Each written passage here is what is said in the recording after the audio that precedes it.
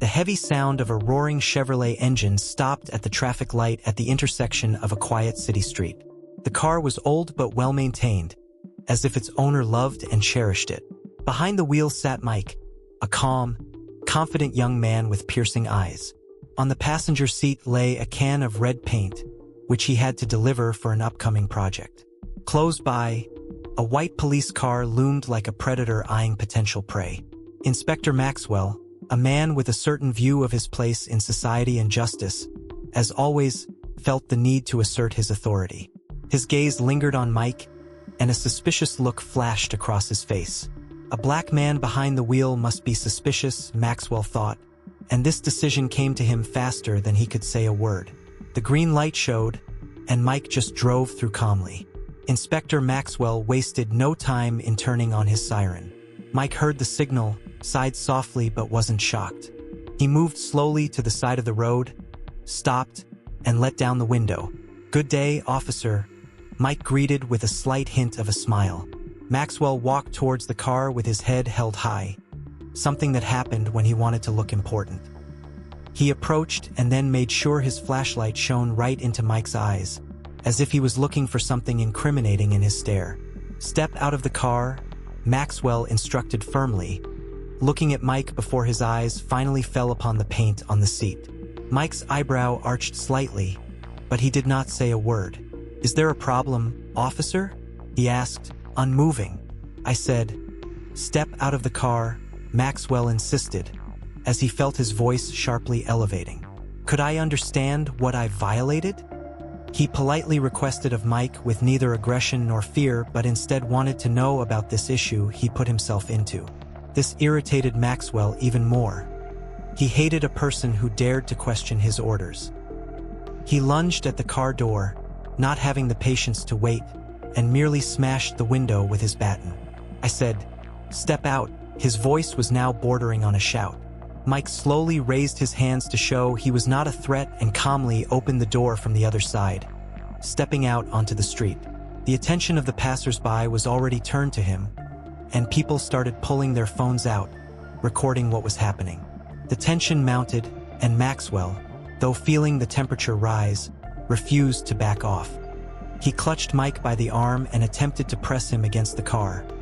In the same instant, he felt something cold and smooth against his shoulder. Turning around, he saw that his entire uniform was smeared with bright red paint. Mike's face did not change expression, but he still had the open can in his other hand. "Officer, I told you it was paint," he said with a poorly suppressed grin. It wasn't long before snickers could be heard from the spectators. One even yelled, "Is this like a performance art or something?" Maxwell was redder than that paint running down his uniform. He felt very humiliated and didn't know how to restore his dignity at all. Just then, another policeman joined the gathering, a young officer named Blake. He had just arrived and, seeing what was happening, quickly got out of his car. "What happened here?" Blake asked, trying to make out what had occurred, his eyes resting for a moment on Maxwell's red-stained uniform. "This man," Maxwell started to say, trying to regain control of the situation. "He resisted and spilled paint on me." "Seriously?" Blake asked, barely suppressing a smile, as if trying to hold back laughter. He looked at Mike, who was still holding the can of paint. "Officer, I was just trying to explain that in carrying paint for work. I think this was all a misunderstanding," Mike said, still composed. Blake raised an eyebrow. Mike didn't look at all aggressive, and the whole thing was fast assuming the proportions of farce rather than threat. Meanwhile, the crowd continued to build, with a few people filming the whole thing. And the sadness on Maxwell's face became more and more stark. "Maybe we can settle this peacefully," Blake said, trying to get Maxwell to calm down. "Mr. Mike, right? Could you clean up the paint and be on your way?" Mike nodded, placed the paint can on the ground, and headed to his car's trunk for some water and wipes. Maxwell stood still, fuming in silence. He knew he had lost control of the situation and that any further action on his part would only make things worse. Mike returned with a bottle of water and a pack of wipes. He handed them to Maxwell. "Let me help you, officer. No one wants this paint to stay on your uniform," he said in such a sincere tone that even Blake couldn't help but smile. Maxwell gritted his teeth but took the wipes and began wiping off the paint. His movements were rough, almost scratching his uniform as he tried to remove the red stains. At that moment, Blake approached Mike and said quietly, "You know, sometimes it's better just to go along and not provoke. But I see you weren't trying to do anything wrong." Mike smiled and nodded. "I just wanted to be heard," he replied. "Sometimes people don't want to listen unless you do something unusual." Blake took a moment to study the paint dripping off Maxwell's uniform, the onlookers filming it on their cell phones. He knew by this point that the situation had gone beyond his control and was fast becoming part of local mythology. Maxwell, despite his efforts at arrogance, looked helpless in this farcical spectacle. "All right," Blake finally said, turning to everyone present. "Show's over, folks. Move along. Nothing more to see here." The crowd started to break up as people continued to laugh and remark on what they had just seen. Mike waved goodbye and, getting into his car, looked once more at Maxwell. "No hard feelings, officer. It's just paint. Nothing personal," he said before closing the door and driving away. Maxwell watched as the car drove away, the wave of frustration washing over him. He knew this story would haunt him for a very long time, and his image as a powerful inspector had been shattered in those few minutes of misguided arrogance. Blake reached out and put a hand on Maxwell's shoulder, speaking in a low tone. "Maybe next time, don't be so quick to judge, Max. The world isn't as black and white as you think." Maxwell said nothing, only nodded, and together they returned to their car, leaving red paint marks on the asphalt that would serve as a reminder of that day for a long time. The crowd dispersed slowly, with a few people approaching Blake, asking if he needed help, and giving their comments on what had happened. It was clear that their support was on Mike's side, which only further highlighted Maxwell's helplessness in this situation. "All right, people, circulate. Everything is okay now," Blake said, trying to wrap up the awkward incident. He felt a bit embarrassed by everything that happened, but he knew that now the main thing was to calm everybody down and prevent further escalation. Maxwell, still wiping the paint off, noticed Mike driving away slowly. His inner irritation wouldn't let him rest. He knew this incident would become a source of ridicule among his colleagues, and that his authority was now under threat. Blake approached Maxwell and tried to cheer him up. "Listen, it's just a bad day. Everyone has those.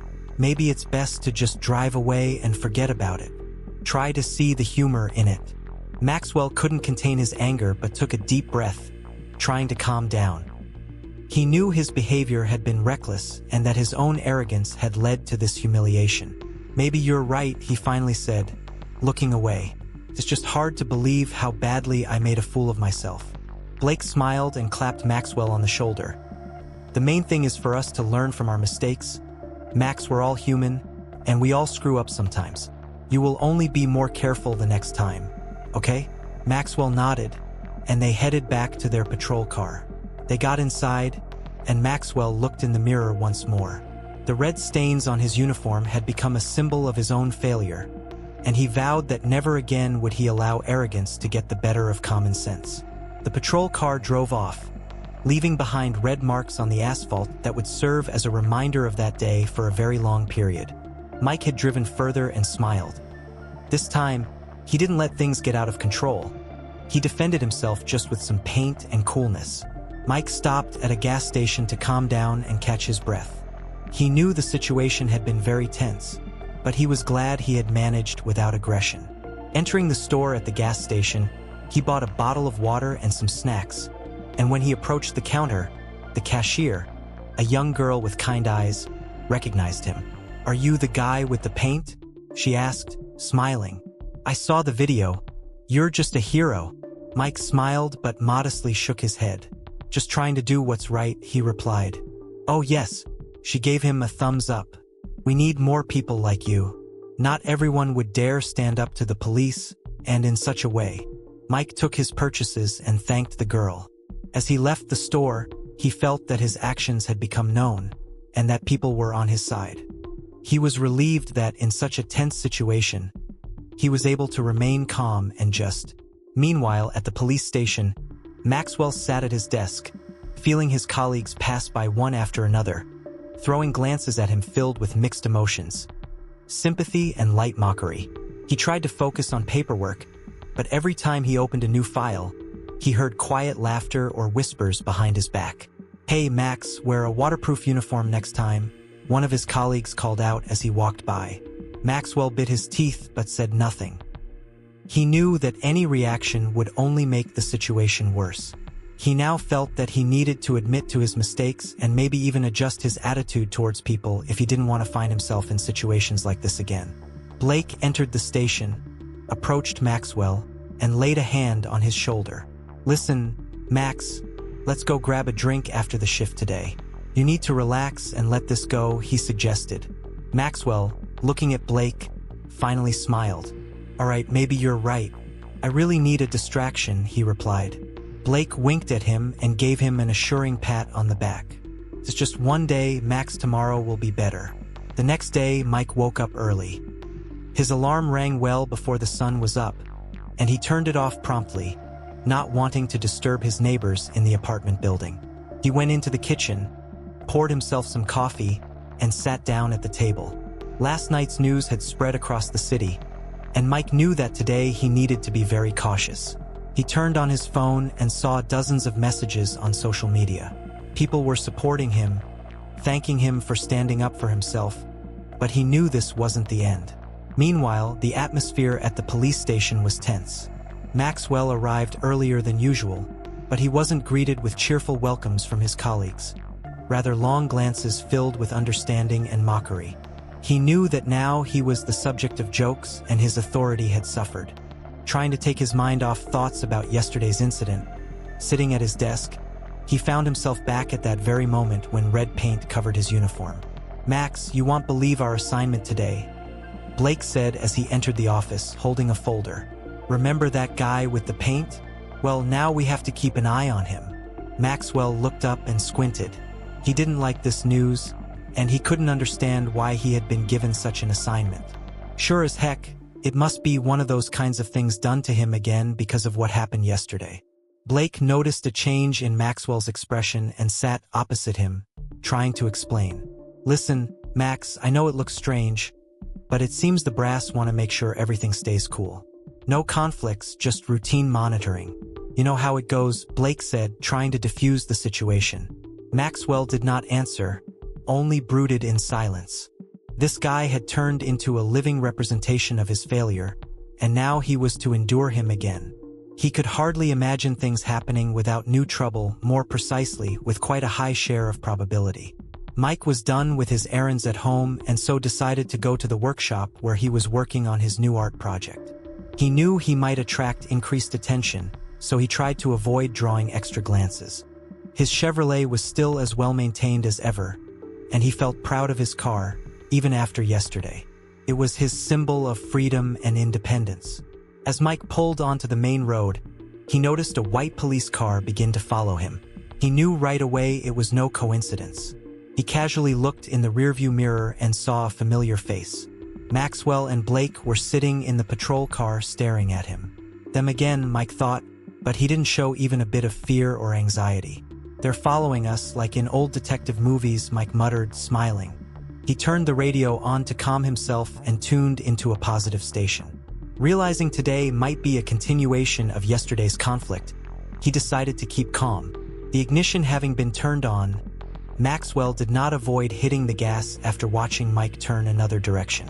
An unease was there, consuming him from inside, by his gut to show that he had been right. But Blake looked at it and reached a calming hand out to his partner's shoulder.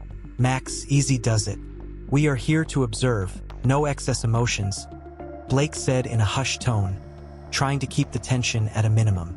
Maxwell said nothing but nodded. He tried to work his emotions down, though it was tough. Blake knew that Maxwell was still under the influence of what happened yesterday, and thus hoped today would turn out all right. Mike stopped near the workshop, got out of the car, and walked towards the building. The police car stopped not far away, and Maxwell got out, trying to look calm and impartial. But his gestures showed that he was tense. He approached Mike, who was already opening the door to the workshop. "Good day, sir," Maxwell managed to say, trying to curtail his tone. "We just want to make sure all is well." Mind if we observe for a minute? Mike looked at Maxwell with surprise but nodded. As you can see, I have just come to work, officer. Nothing special, he replied and opened the door, inviting officers to inspect if they wanted to. Maxwell and Blake entered the workshop looking around. Paintings hung on the walls, some unfinished, and in the center was a large table with various tools and paints on it. The place looked more like an art studio than anything suspicious. Blake smiled when he saw one of the paintings, which featured bright colors and abstract shapes. "You're an artist, right?" he asked, looking at Mike. "Yes, it is my passion," said Mike. "I am currently working on a project that would show the power of colors and their impact on people. Art is my way of talking about important things." Maxwell watched the conversation but couldn't fully relax. He still found it hard to accept the fact that the person in front of him was just an ordinary guy who posed no threat. He felt that he was missing something and couldn't understand why this situation made him feel so confused. "I see you take your work seriously," Maxwell finally said, trying to find something to confirm his suspicions but finding nothing. "Do you have any permits for these materials?" Mike looked at him in surprise but then calmly nodded. "Yes, of course. All the materials are legal and I have all the necessary permits if you need to check," he replied, opening a drawer and taking out some documents.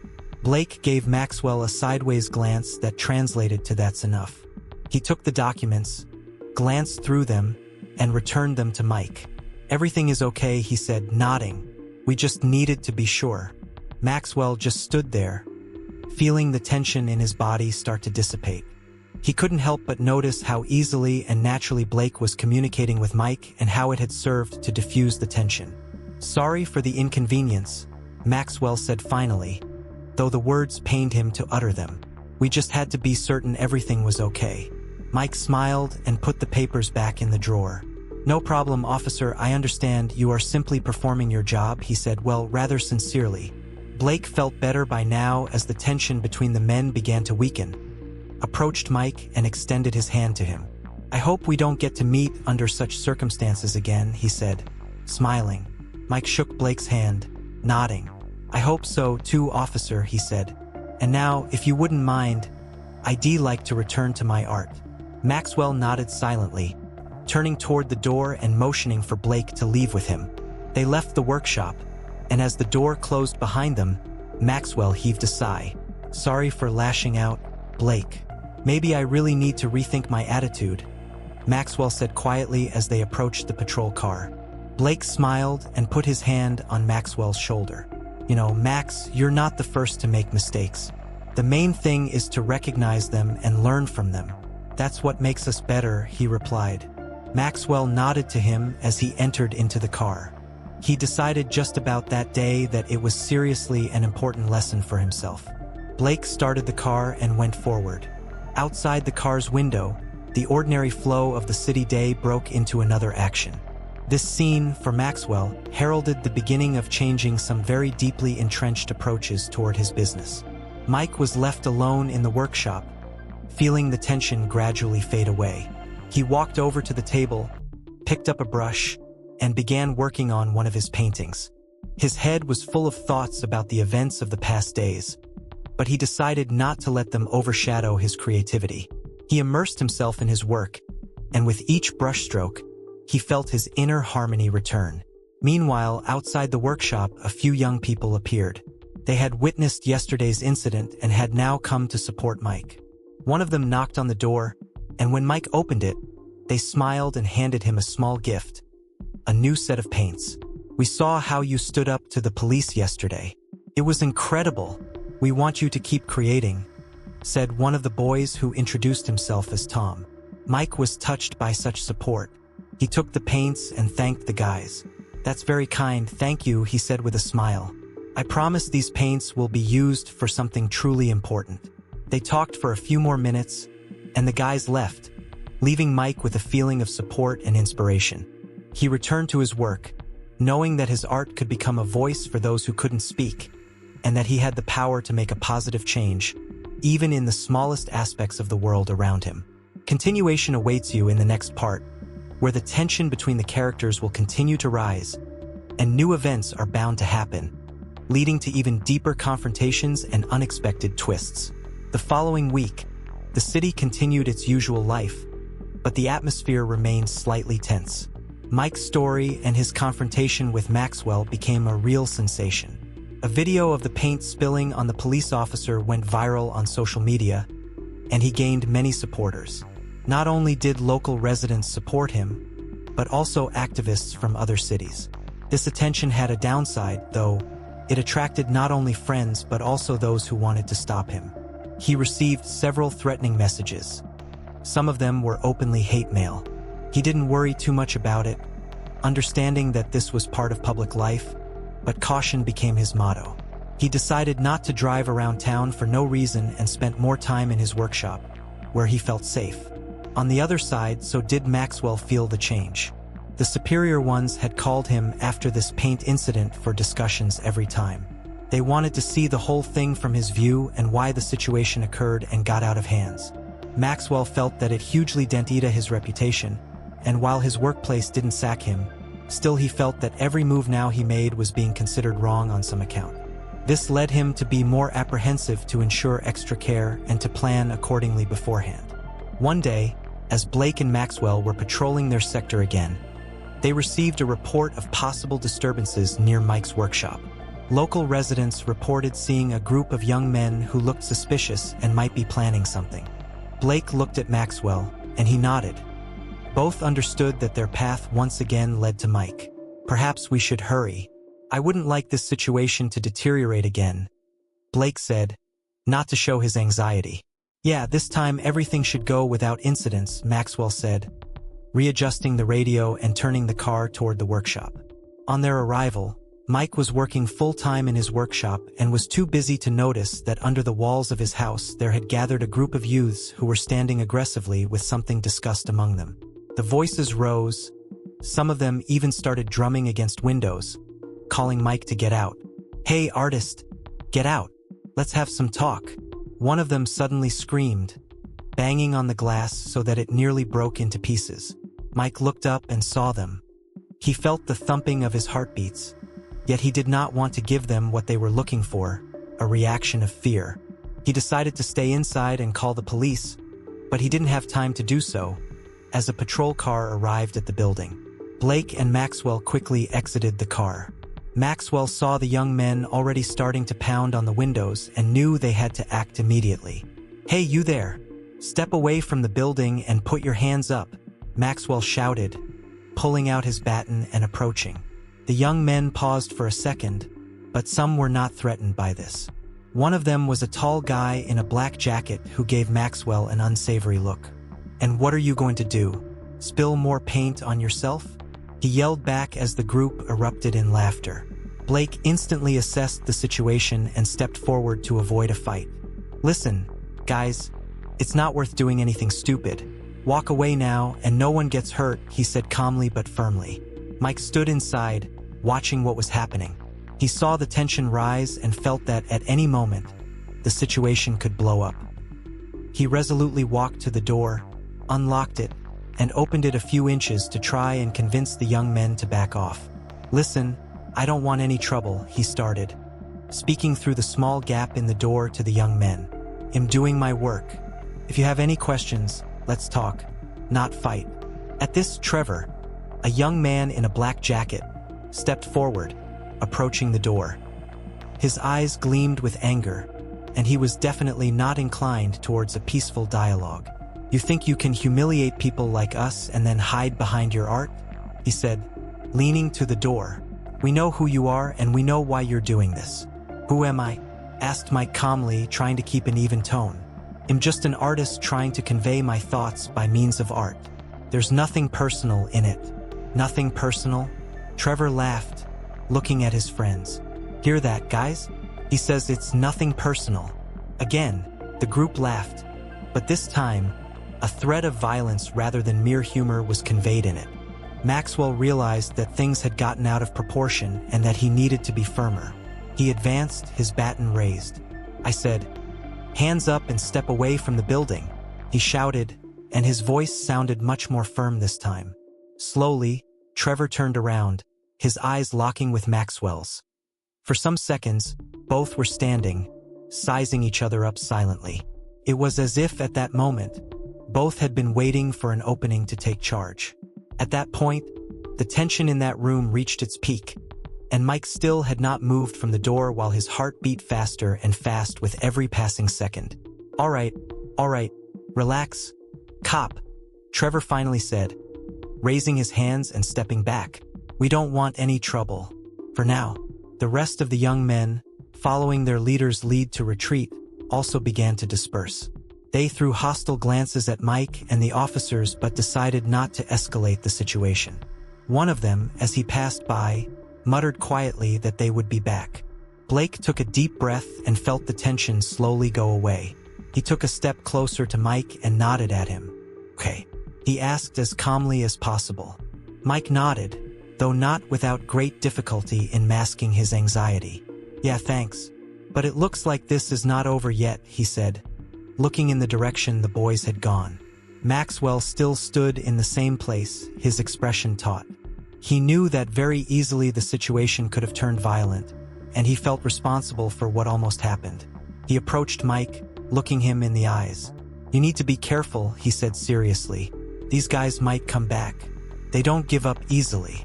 Mike looked at Maxwell, and in his eyes was something Maxwell didn't expect to see: understanding and gratitude. I know, officer, but I am not going to hide. My art is what I do to fight injustice. And I won't back down, he replied firmly. Maxwell held his gaze on Mike for a moment, then nodded. He was beginning to understand that standing before him wasn't just a stubborn guy but a man with principles who was ready to stand by them to the end. And while that still stirred internal resistance in him, at the same time he felt respect for that choice. We'll be around if you need help, Blake added, placing a hand on Mike's shoulder. But please be careful. Mike smiled and nodded. Thank you, officers.